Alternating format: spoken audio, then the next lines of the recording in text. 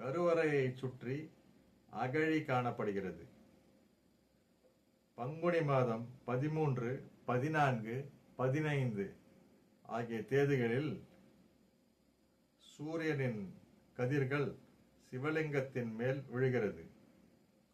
அந்நாட்களில் சூரியமூர்த்தி சிவபிரானை பூஜை செய்வதாக ஐதீகம். ஓம் நம சிவாய்.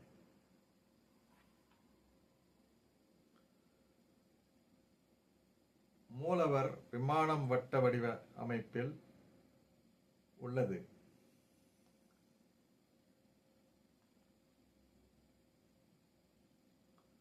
அத்திட்டானத்திலிருந்து விமானம் வரை கருங்கல்லாலான கட்டுமானம் உடையது.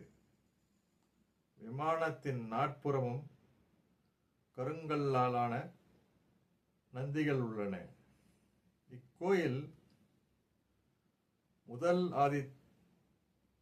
ஆதித்தனின் காலத்து இருதல சுற்றிலும் என்பர். இக்கோயில் முதல் ஆதித்தனின் காலத்து இருதல சுற்றிலி என்பர்.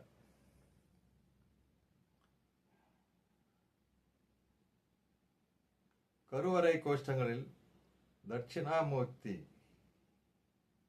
அர்த்தநாரீஸ்வரர், பிரம்மன் மற்றும் துர்கை ஆகிய தெய்வங்கள் நின்ற கோலத்தில் காணப்படுகின்றன.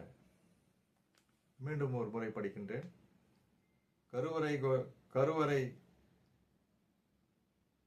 கோஷ்டங்களில் தட்சிணாமூர்த்தி, அர்த்தநாரீஸ்வரர், பிரம்மன் மற்றும் துர்கை ஆகிய தெய்வங்கள் நின்ற கோலத்தில் காணப்படுகின்றன. உட்பிரகாரத்தில் தென்புற திருமாளிகை பகுதியில் 108 சிவலிங்கங்கள் பிரதிஷ்டை செய்யப்பட்டுள்ளன. திருநாவுக்கரசர் என்ன பாடுறாருன்னா,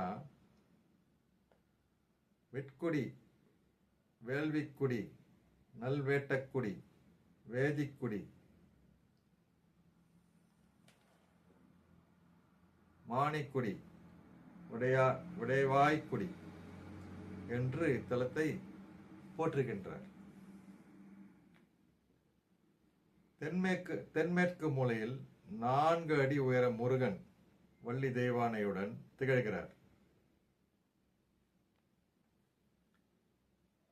மேற்கிலும் வடக்கு பகுதியிலும் சிவலிங்கங்களின் வரிசை.